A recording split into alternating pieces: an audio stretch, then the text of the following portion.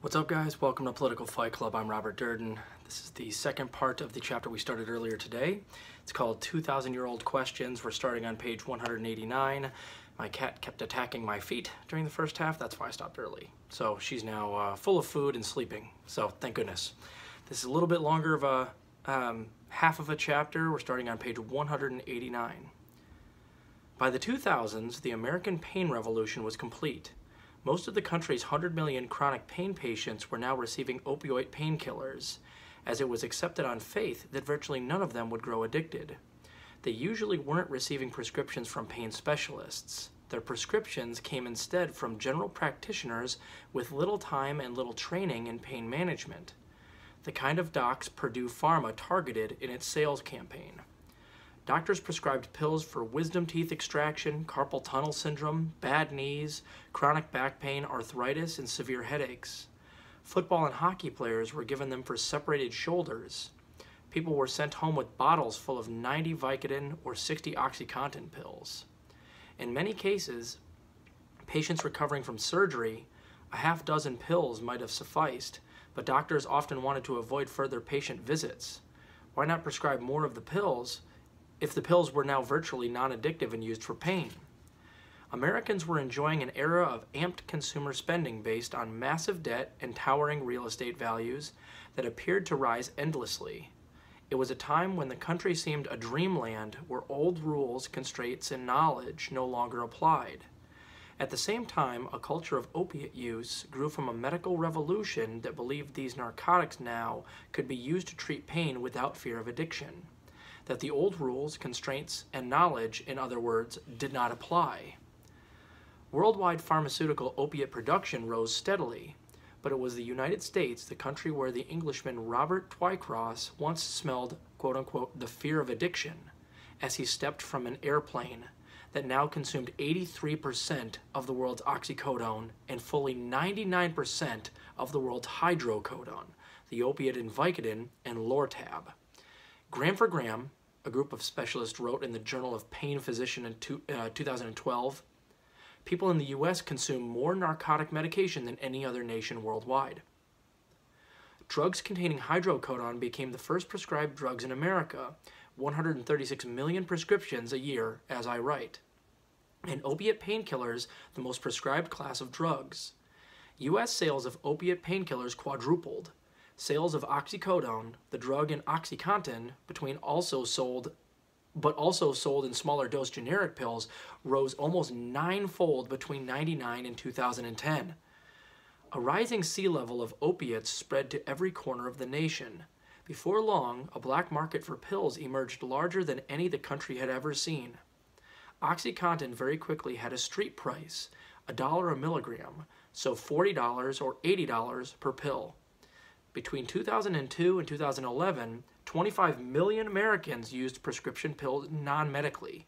Amid all of this, opiate abusers began to get younger. In a 2004 survey by the U.S. Substance Abuse and Mental Health Services Administration, SAMHSA, 2.4 million people 12 years or older had used a prescription pain reliever non-medically for the first time within the previous year, more than the estimated numbers using marijuana for the first time. The pain pill abuser's average age was 22. Overdose deaths involving opiates rose from 10 a day in 1999 to 1 every half hour by 2012.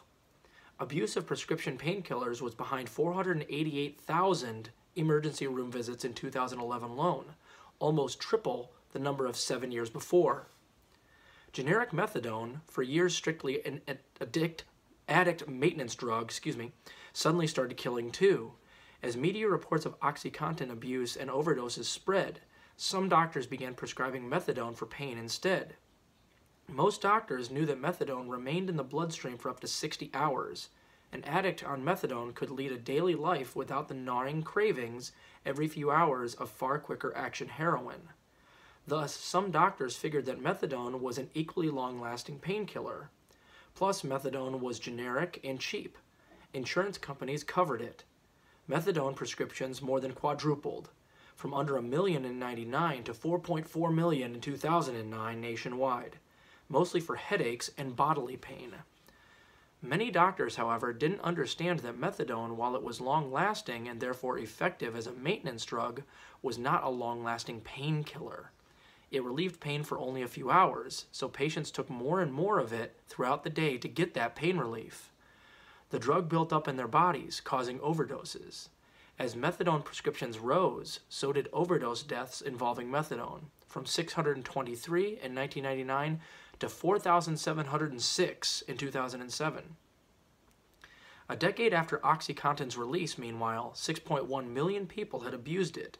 That is to say, 2.4% of all Americans. Wow. In macro terms, these were small numbers, but through history, illicit drug scourges have always involved a tiny minority of Americans. Baltimore, with a robust heroin market dating back decades, is considered the country's heroin capital, with the DEA and the city's health departments estimating that roughly 10% of the city's residents are addicted. The crack epidemic at its height involved fewer than 500,000 users a year nationwide, according to SAMHSA estimates. But as with crack cocaine, the numbers of new opiate addicts by the 2000s were enough to throw hospitals, emergency rooms, jails, courts, rehab centers, and families into turmoil, especially in areas where abuse was new. Subsequent studies showed that almost all those who ended up addicted to Oxycontin had already used a small-dose opiate pain reliever, Vicodin, Percocet, Lortab, which contained non-opiates as acetaminophen or Tylenol. These pills were the first tentative steps doctors took in managing patients' pain as opiates became de rigueur. From there, some patients grew addicted. Street addicts had for years used Lortab or Vicodin, but in large amounts, the acetaminophen in these pills damaged an addict's liver. Plus, in many areas, heroin was not available, or was so weak and expensive that addicts avoided it. What all that meant was that for a long time, people who abused these small-dose painkillers didn't often progress beyond them, and they rarely died from them. But in 1996, timed-release Oxycontin arrived in doses of 40, 80, and for a while, 160 milligrams of oxycodone. Oxycontin often served as an addict's bridge between these milder opiate painkillers and heroin.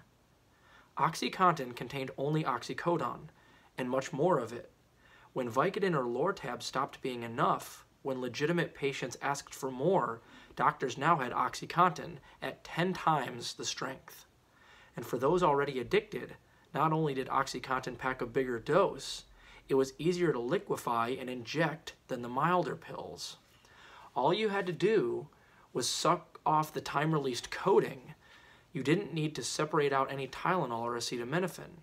Oxy habits easily grew to 200 and 300 milligrams daily, quantities rarely possible with Lortab or Vicodin without causing massive liver damage. What happened next was what the man figured out would happen when he first encountered Oxycontin in Wheeling, West Virginia. Heroin use crept higher. Addicts' tolerance to Oxycontin rose.